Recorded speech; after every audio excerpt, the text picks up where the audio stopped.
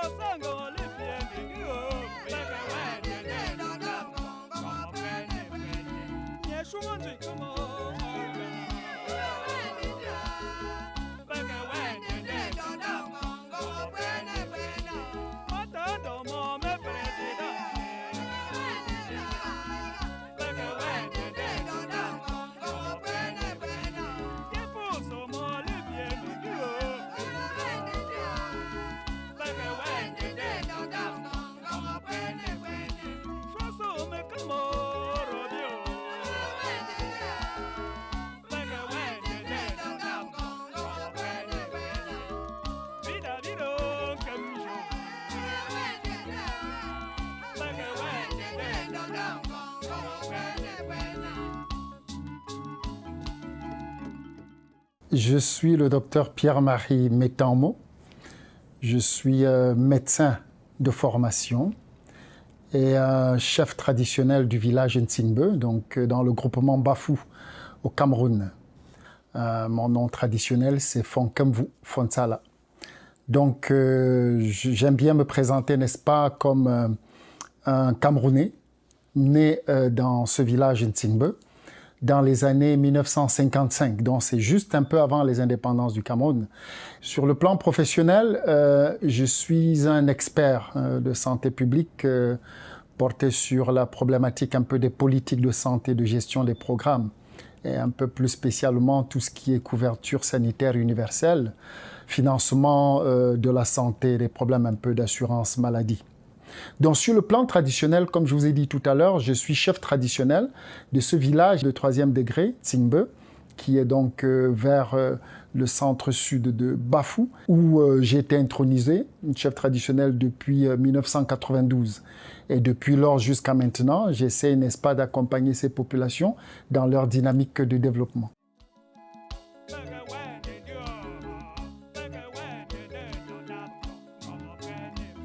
Quand on regarde la chefferie Ntsigbe, si on veut regarder son histoire avec des dates précises, l'une des dates précises à partir de laquelle nous pouvons donc maintenant regarder dans le passé et pratiquement dans l'avenir, c'est la mort du chef Fonkemvu, dont je suis le petit-fils et le successeur.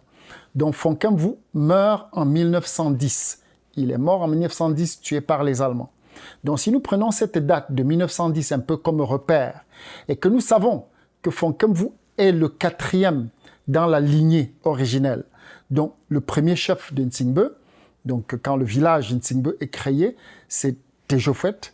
Le 2e, Kemjondio ou Fojondio. Le 3e, Formezagio. Et le 4e, Kemvu.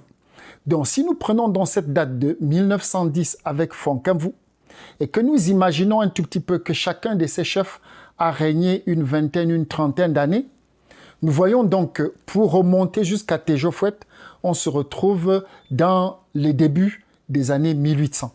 Donc je peux imaginer que la chefferie, donc la royauté, n'est-ce pas, de Ntsigbe, elle s'établit dans les années début des années 1800. Donc Kemvu, on passe à Métammo Daniel, qui est mon père, qui est le fils et successeur d'un Kemvu. Et de Métammo Daniel, on passe à moi, Métammo Pierre-Marie. En 1992 et depuis 1992, je suis donc intronisé comme chef dans cette lignée originelle de Ntsigbe jusqu'à nos jours.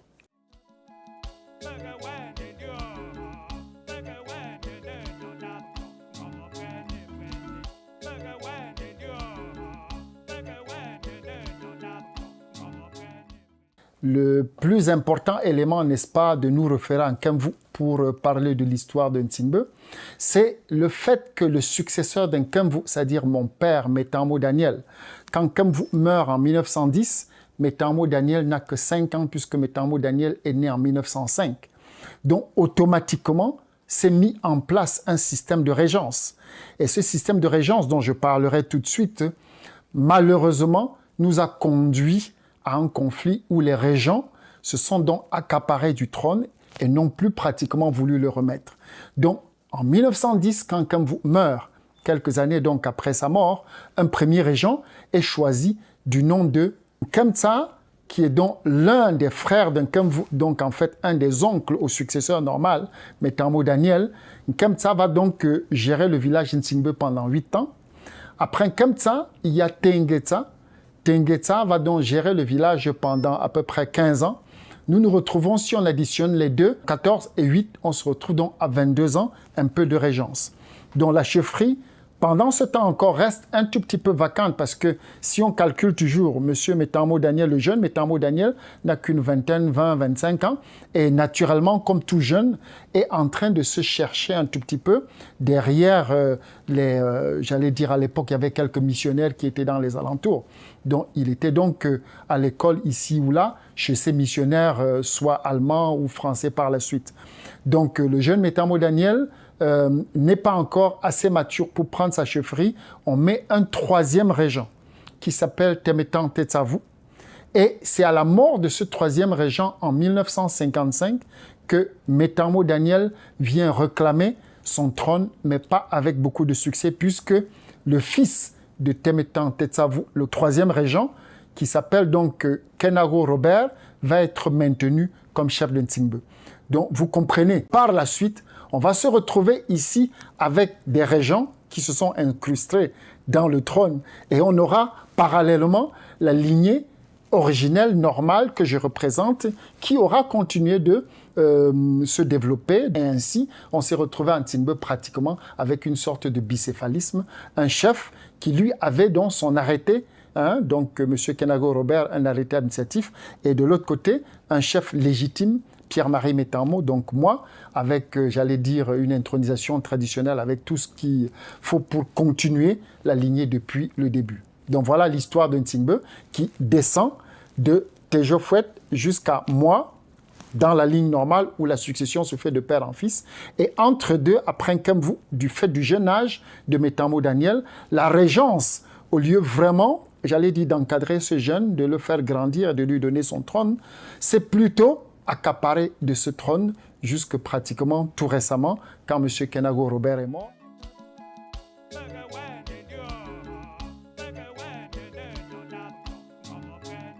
À la mort du chef Nkemvu, Metamo Daniel n'a que 5 ans. Donc, vous imaginez bien qu'il a dû dépendre énormément de l'encadrement, de la protection d'un certain nombre de personnes dans le village. Mais en même temps, un fait très important, autant il y avait quelques personnes qui voulaient, n'est-ce pas, qu'il vive, qu'il survive, n'est-ce pas, et qu'il puisse, n'est-ce pas, dépasser cette mort tragique de son papa à lui, qu'il n'a pas beaucoup connu puisqu'il n'avait que 5 ans. De même, il y en avait qui convoitaient le pouvoir et qui donc représentaient dès ce moment une menace pour lui. Et vous pouvez imaginer, n'est-ce pas, déjà même des chefs, la plupart de chefferies que nous connaissons, le successeur du chef, on va toujours un peu le cacher quelque part, on le met dans une autre chefferie pour qu'il y grandisse. Quand l'opportunité s'est présentée pour lui de suivre, et c'est là donc tout l'aspect de sa chrétienté et tout ça, quand il a donc eu l'opportunité, n'est-ce pas, en se retrouvant du côté de Foreketchan avec le chef Djoumessi Mathias, de faire donc la connaissance des prêtres blancs et de commencer un tout petit peu sa formation chrétienne. Il va donc sans dire que non seulement sa formation chrétienne l'a amené hors du village et loin donc dans cette protection et loin des dangers qu'il pouvait courir en restant au village, mais ça l'a amené aussi dans l'apprentissage d'un métier. Parce que mon papa, donc Metamo Daniel, il était menuisier charpentier. Mon papa, je l'ai vu faire des carrosseries, je l'ai vu faire, n'est-ce pas, des toits, donc, et je l'ai vu en tant que menuisier fabriquer des meubles. Il y a encore aujourd'hui à la chefferie un certain nombre de meubles chez nous qui ont été fabriqués par lui-même. Donc, il a pris son métier en suivant ces missionnaires blancs. Il a a pris donc sa religion en suivant les missionnaires blancs. Mais il n'y avait aucun doute, ni dans sa tête, ni dans celle d'un certain nombre de personnes au village, que c'était lui le chef, puisque c'est lui en fait qui amène l'église au village. Donc il faut avoir une autorité, une certaine autorité, pour venir implanter cette église qui aujourd'hui, à l'époque c'était juste une petite chapelle, qui aujourd'hui est devenue carrément une église pleine et une paroisse, la paroisse Saint-Daniel. Je crois que l'évêque vraiment nous a encore fait cet honneur et, de nommer cette paroisse, de lui donner le nom de notre papa Daniel, donc la paroisse Saint-Daniel. Donc cette jeunesse, voilà 2-3 éléments qu'il faut retenir. Cette sorte de protection de sa vie en s'éloignant un peu du village, parce qu'effectivement, il y était en danger. Cette proximité ou apprentissage de la religion chrétienne en vivant avec des missionnaires blancs, cet apprentissage d'un métier, celui de la menuiserie charpenterie, qui fait donc que sa première épouse est de Forêt Ketchan, dont c'est aux côtés du chef Djoumessi Mathias, dont il était l'un des bras droits, n'est-ce pas, qu'il trouve sa première épouse, n'est-ce pas, Maman Tekla. Troisième élément important à dire dans son histoire, c'est que c'était un monsieur très, très engagé, un monsieur dynamique, très engagé, et qui donc a très vite rejoint les rangs de l'UPC. Donc Djoumessi Mathias étant donc l'un, si ce n'est le premier président de l'UPC à la création, après de passer au Miobe aux autres. Donc mon papa était avec lui. D'abord, ils avaient leur parti qui s'appelait le Kumse, et naturellement, qui avait donc cette obédience. Donc vous pouvez comprendre que non seulement sa formation judéo-chrétienne, mais en même temps, la culture communiste socialiste de l'UPC faisait de lui aussi quelqu'un qui avait un sens, n'est-ce pas, du service, du devoir, un sens du partage, un besoin de protéger les faibles. Et il ne supportait pas vraiment les injustices et autres. Et juste encore pour montrer comment il n'y avait aucun doute dans son esprit que c'était lui le chef du village. Quand, en Ntsingbe, la plupart des gens connaissent ce fétiche qui s'appelle le Nzontsingbe. Donc, après donc, la mort comme ça de Fonkemvu et tout le temps qui s'est passé, que les gens croyaient qu'effectivement, il y avait un exorcisme à faire pour chasser la sorcellerie du village. On a été, donc, du côté de nord-ouest Bamenda par là-bas, prendre donc ce fétiche qu'on appelle le Nzontsingbe. Et ce fétiche, pendant des années, il a vécu donc dans le village. Mais mon papa, au bout d'un certain temps, puisqu'on disait que le fétiche, non seulement quand on vient se plaindre, quand vous venez vous plaindre auprès de ce fétiche, que quelqu'un vous a fait du mal, le fétiche va tuer la personne. Déjà ça, mon père, il ne comprenait pas que la punition dans la formation judéo-chrétienne, on nous apprend que si on te gifle sur la joue gauche, il faut tendre la joue droite. On apprend le pardon, on apprend beaucoup d'autres choses que mon père, vraiment, la loi du talion, n'est-ce pas, de œil pour œil, dent pour dent, on t'a fait du mal, je vais absolument tuer la personne qui m'a fait du mal. Ça rentrait un peu mal dans les oreilles de mon papa. Mais plus encore, le fétiche, c'était donc dit, la réputation du fétiche, c'est que non seulement il va tuer la personne qui est accusée, mais ce fétiche va aussi aller tuer la progéniture de cette personne. Donc on dit couper l'arbre et couper les branches. Voilà un peu traduit mot à mot ce qu'on disait en langue. Et mon père a dit non, ça je ne peux pas accepter. Encore l'arbre, de dire que j'ai du mal à accepter que le fautif soit puni seulement de peine de mort qu'on le tue. Mais je ne peux pas comprendre que la faute de quelqu'un, vous la fassiez payer par ses enfants. Et surtout, peine de mort, c'est-à-dire peine de mort pour le coupable, peine de mort pour la progéniture du coupable. Mon père a dit, ça, je ne l'accepte pas. Donc, en tant que chef de ce village, je coupe et je détruis cette histoire. Vous me foutez la paix avec ça. Donc, mon père, ça, c'est une histoire que les Ntsingbe, tous les Ntsingbe connaissent. Mon père a coupé ce fétiche et il a brûlé. Donc, c'est un fétiche qui, aujourd'hui, est tellement craint. C'est vraiment un fétiche tellement puissant que tout le monde craint dans la sous-région. Donc, pour montrer que tu ne peux le faire que si tu as une certaine autorité, que si tu as un certain dynamisme. Et il nous raconte aussi beaucoup, n'est-ce pas, de déboires qu'il a pu avoir, parce qu'à l'époque, en tant que politicien, suivant donc Djoumessi Mathias, les campagnes se faisaient dans les places du marché, que tu ailles chez ton adversaire ou n'importe où, c'est dans le marché de son village que tu viens, tu montes sur une pick-up ou tu montes sur une table et tu commences à dire, n'est-ce pas, à faire ta campagne, à parler. Et mon père allait dans les coins les plus difficiles de la campagne. Donc, sa foi, son engagement politique et dans une partie de son engagement aussi qui est un engagement syndical. Donc, son nom de Fonsala, donc un chef miséricordieux, le chef qui a pitié de son peuple, qui aime son peuple, qui est vraiment cares, qui vraiment s'occupe de son peuple. Ce nom, on le lui donne. Pourquoi? Parce qu'il est un syndicaliste.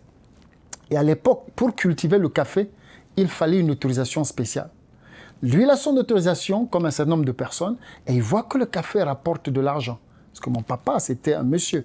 Donc, il avait de l'argent, il avait une belle maison, il avait un vélo. Donc, tout ça, il a cela, mais il dit non, il faut libéraliser la culture du café. Donc, il se bat avec les autres syndicalistes pour qu'on supprime cette autorisation spéciale afin que toutes les personnes qui veulent cultiver le café le cultivent. Et c'est ce qui a donc permis que, n'est-ce pas, Ntsingbe et les villages environnants, dans la Menoie, puissent aussi participer de cette révolution un peu de la bourgeoisie caféière, puisqu'à l'époque, la culture du café a apporté de l'argent qui a permis à beaucoup de parents de payer l'école de leurs enfants, qui a permis vraiment le développement qu'on a connu, parce que c'était la seule culture de rente à l'époque. Donc, il est syndicaliste et il se bat pour cette libéralisation. Mais ça ne plaît pas naturellement aux gens qui gouvernaient à l'époque, les colons qui sont en train de gouverner. Donc du coup, on l'attrape et on le met en prison avec d'autres syndicalistes. Voilà quelqu'un qui avait déjà tout ce qu'il fallait, mais qui ne s'en contente pas, se bat au point d'être emprisonné pour que les autres bénéficient de tout cela. Donc, Metamo Daniel, mon père, voilà en quelques mots, comment on peut résumer sa vie. En 1955, quand je nais, à cette époque-là, c'est le moment où le 3e régent meurt et que mon père vient réclamer sa chefferie et se retrouve malheureusement dans une sorte de guet-apens avec de nombreuses complicités qui ont fait que la succession soit maintenant passée à M. Kenago Robert.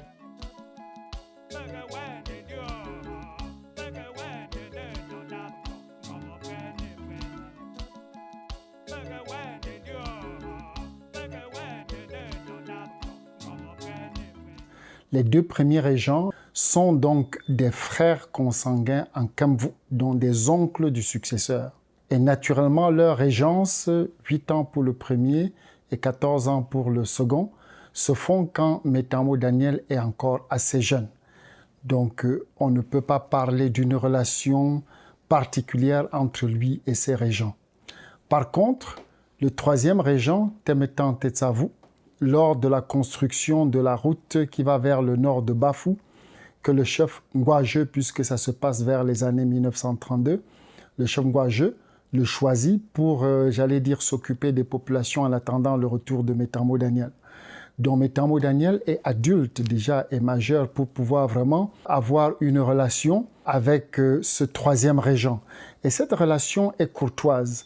En fait, ce 3e régent, M. Temetan Tetsavu, vient du village Bansingla et n'a donc aucune relation familiale ou parentée avec Metamo Daniel ou avec cette chefferie Ntsingbe. En fait, il est un parenté éloigné de Kemtsa qui, donc venant de Bansingla, est venu pour gérer la concession de Kemtsa. Ce monsieur, pendant ses travaux dans le nord de Bafou, montre une certaine ardeur au travail qui fait donc qu'on puisse lui demander de regarder Ntsingbe en attendant. Et les relations entre M. Temetan Tetsavu et M. Metamo Daniel sont vraiment totalement courtois. La preuve, c'est que M. Temetan Tetsavu, son testament pour le choix de Kenago Robert comme son successeur sera donné à mon papa Metamo Daniel. Et en général, tu donnes ton testament à ton supérieur, à quelqu'un qui vraiment a une certaine ascendance pour venir le faire. Et le jour de l'enterrement de M. Temetan Tetsavu, le chef supérieur Bafou Ngwaje n'est pas venu. Donc c'est Metamo Daniel qui sort et présente le successeur. Donc jusqu'à ce niveau-là, il n'y a vraiment aucun problème. Mais en réalité, c'est à ce moment que le détournement se tisse. puisque, effectivement, à ce moment où Metamo Daniel pense revenir maintenant prendre son trône, son domicile et tout, il y a 3 éléments majeurs qui font qu'il a le chef supérieur Bafou contre lui et il a les notables de Ntsingbe contre lui. Pour ce qui est du chef supérieur Bafou, en général, le chef supérieur, quand il donne sa fille en mariage dans une grande famille de notables, tout ça, il est en général reconnu que le successeur pour cette grande famille sera un petit-fils au chef. Or, dans le cas d'espèce, le successeur qui avait été choisi par le défunt, qui était un ami à Metamo Daniel, n'était pas le petit-fils du chef. Et le chef, donc, avait l'assentiment de pratiquement les autres personnes pour pouvoir changer et mettre son petit-fils, ce que Metamo Daniel a totalement refusé. Et le chef supérieur donc était très très fâché contre lui. Donc la même année, donc ces années 1955, puisque c'est au début des années 1955 que ce grand notable meurt, dans cette même année, comme je disais tout à l'heure, le fétiche du Nzo. Donc, mon papa, il coupe ce fétiche à peu près dans ces environs-là. Or, c'est un fétiche qui, étant amené au village, c'était bien établi et tous les notables de Ntsingbe étaient pratiquement devenus des gestionnaires un peu de ce fétiche. Donc, du coup, tout le monde retrouvait son compte dans ce fétiche et ils n'ont pas été très contents que mon père ait coupé. Donc, quand mon papa a vu donc qu'ils étaient en train de pratiquement en train de lui exiger une sorte d'amende à payer de punition pour pouvoir récupérer son trône et son domicile, il leur a dit, c'est pas possible, moi je n'ai pas à payer pour retourner, n'est-ce pas, dans mon domicile. Donc c'est ainsi qu'il a préféré plutôt porter l'affaire au tribunal. Donc au lieu de gérer ça au village avec eux et tout ça, il a porté l'affaire au tribunal. Et arrivé au tribunal, le tribunal s'est déclaré incompétent puisque c'était un tribunal de premier degré, donc à Tchang, qui juge les affaires civiles, pénales et tout ça. Mais pour les affaires de chefferie, c'est plutôt l'administration qui doit s'en occuper. Donc le tribunal s'est déclaré incompétent en s'en remettant à côte à côte l'administration. Mais l'interprétation de mon papa et de tout le monde qui était là, c'était comme s'il avait perdu le procès. Le tribunal dit « Ah, ça ne me regarde pas ». Donc mon papa se retrouvait donc face au chef supérieur et face aux notables qui étaient tous contre lui. Il a dit « Ok, de toutes les façons, ça m'appartient. Un jour, vous prendrez et vous reviendrez me donner. » Donc quand je nais, que je suis un garçon, j'allais dire ce qui le préoccupe davantage, c'est quand même d'élever cette famille, d'élever cet enfant et d'avoir une progéniture qui restera, n'est-ce pas, plutôt que de continuer le combat, mais ce qui ne veut en aucun cas dire qu'il a cédé sa chefferie et son domicile à qui que ce soit. Donc c'est ainsi que plus tard, en 1992, puisque chez nous, on croit profondément qu'il y a ce qu'on appelle les malédictions, les ndo. Donc le chef supérieur a été frappé. À la chefferie supérieure, il y a eu un certain nombre de problèmes. Quand il a été voir les voyants pour savoir pourquoi il est frappé par tel malheur, on lui a dit « Va en Ntsingbe remettre la chefferie que ton papa Fondongo Ajo a pris pour donner à M. Kenago Robert. » Donc c'est ainsi que le chef Fondon, Dr Kana, en 1992, vient m'introniser.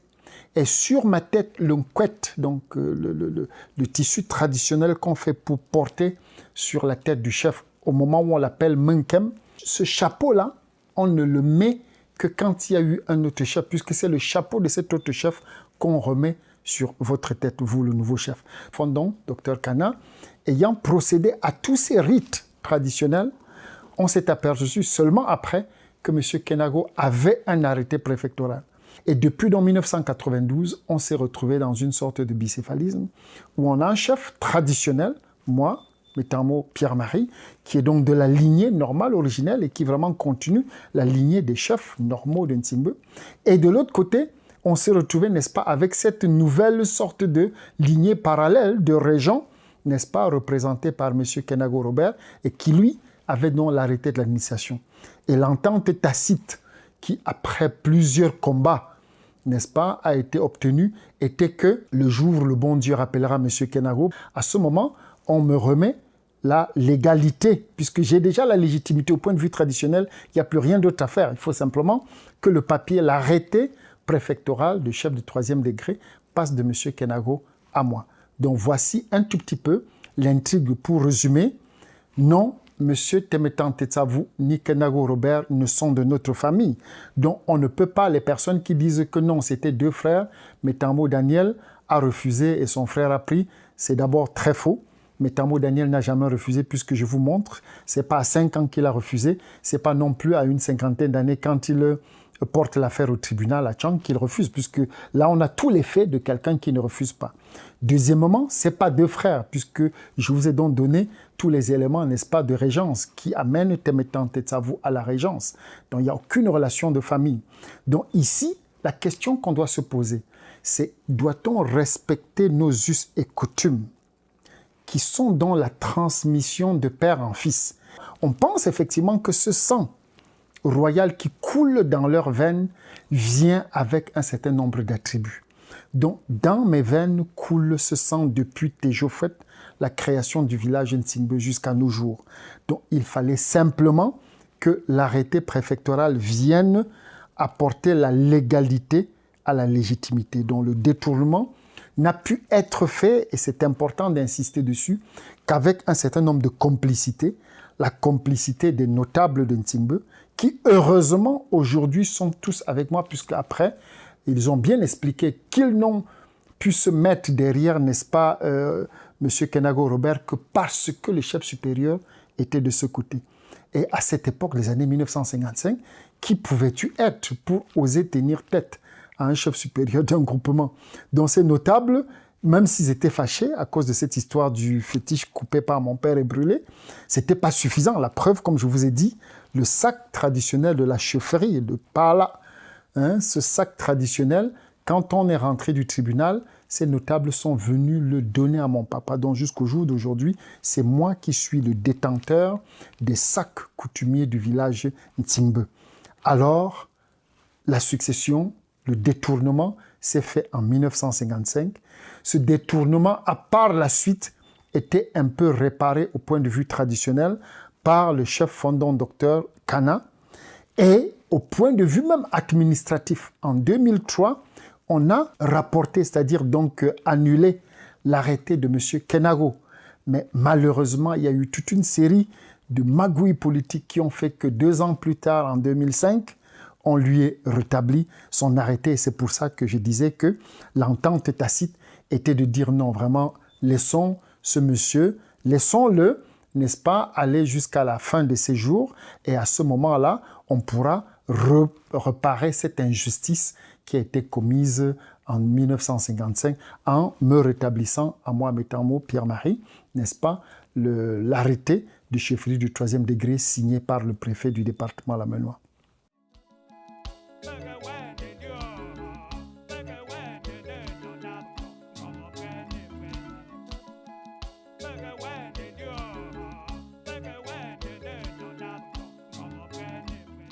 Oui, en réalité, donc, que ce soit l'administration ou même la tradition, on avait cru, jusqu'à la mort de M. Kenago Robert, qu'on était arrivé à un entendement.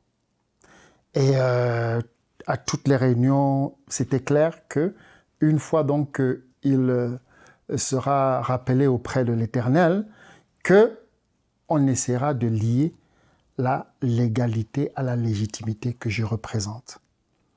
Mais j'ai comme l'impression que, comme certains disent, le pouvoir, il ne se donne pas, il s'arrache.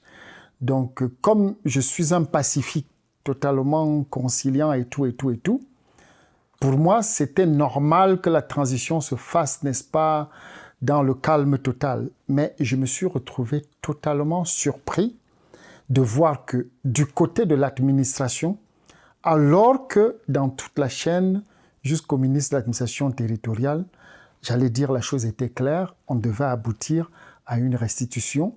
On s'est retrouvé avec l'autorité carrément de Tchang, et on peut citer le préfet, puisque c'est pas juste une opinion, c'est sur les faits. Les textes qu'il a écrits ont bel et bien montré qu'il n'a pas été de cette opinion. Donc on s'est retrouvé avec un préfet qui dit non, les cartes doivent être totalement remises à zéro.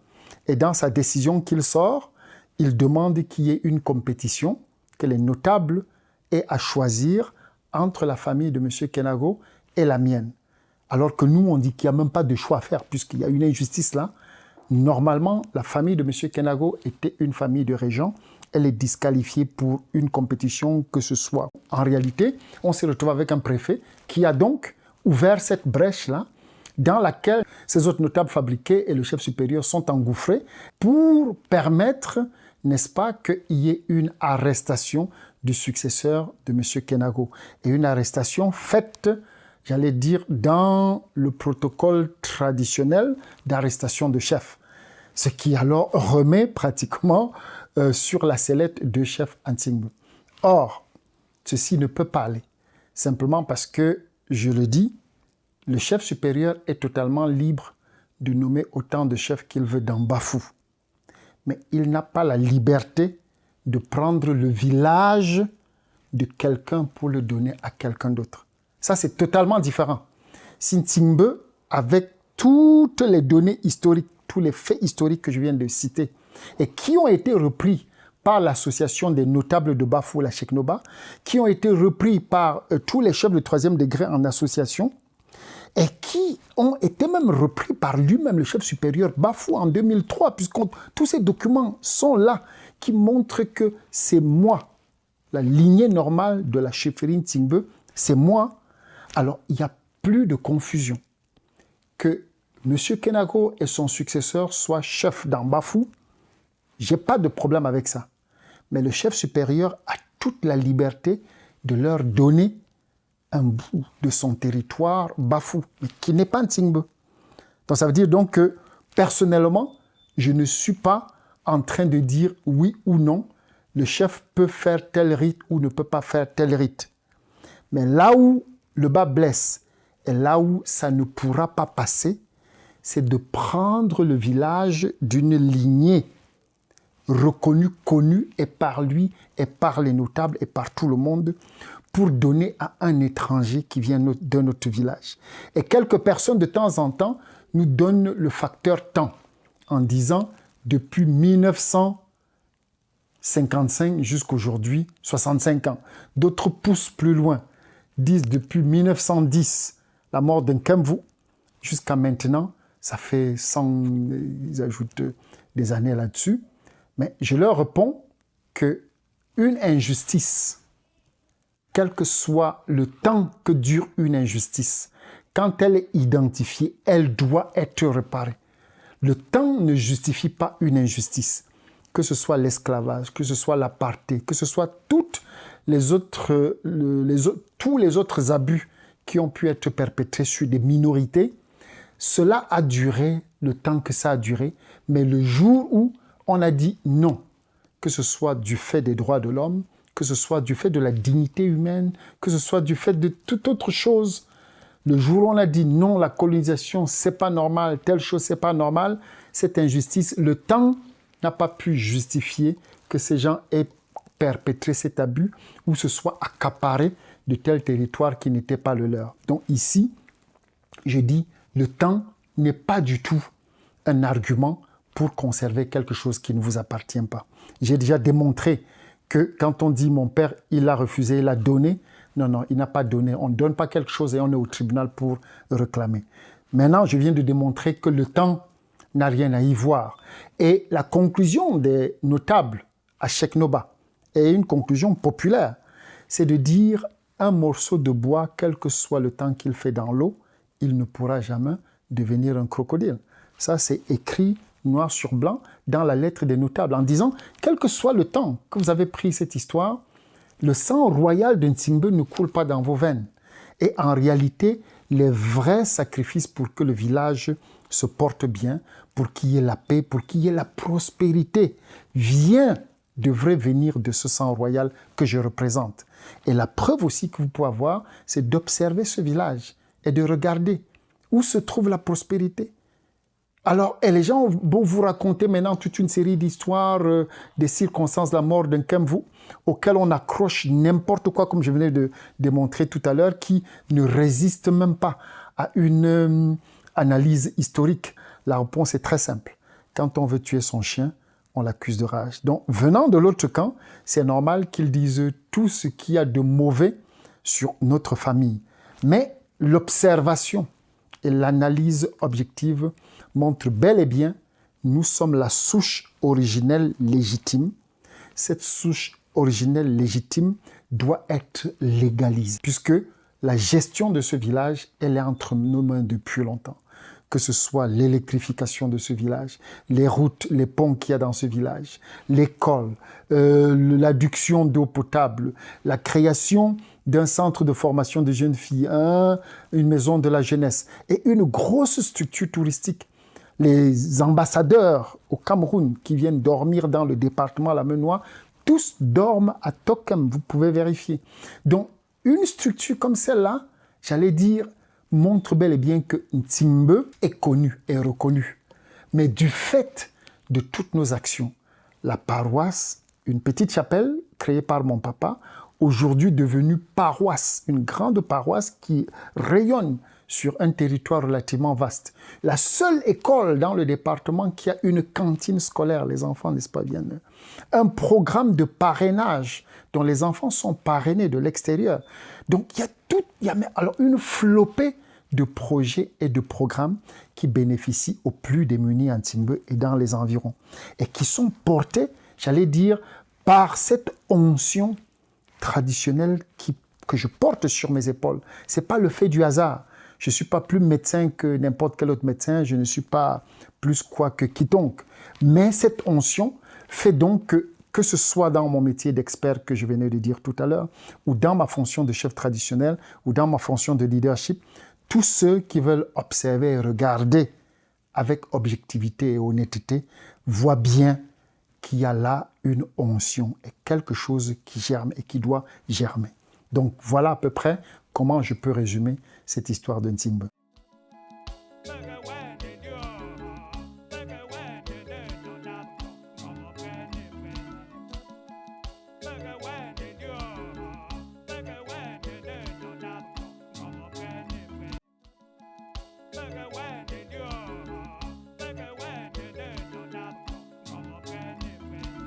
Oui, tout d'abord, de façon vraiment très humble, je suis reconnaissant du fait que je me tiens sur les épaules de ces géants.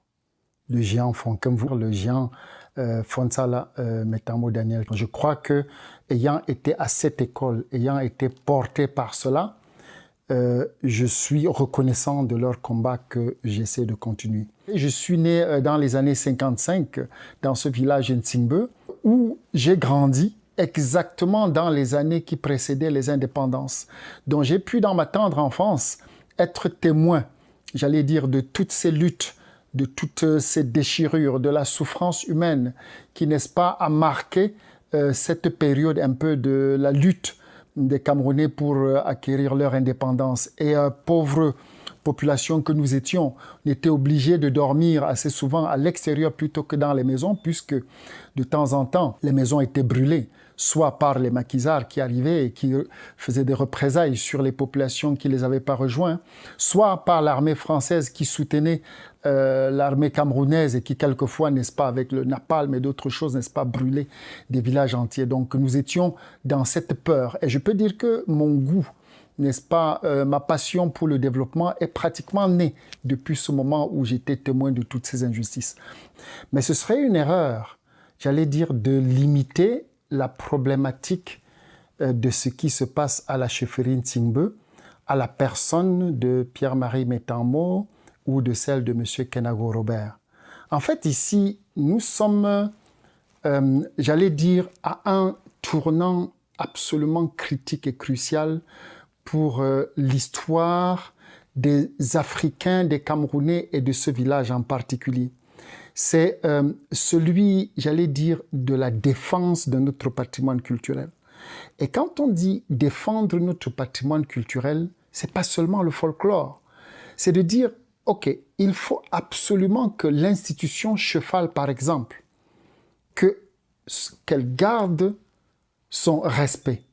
Mais le respect qu'on lui doit venir de son authenticité, de sa vérité. Et l'authenticité d'une telle institution, n'est-ce pas, qui porte nos valeurs traditionnelles, repose sur sa capacité à être juste, sur sa capacité à promouvoir la défense de la vérité, même quand elle nous est défavorable.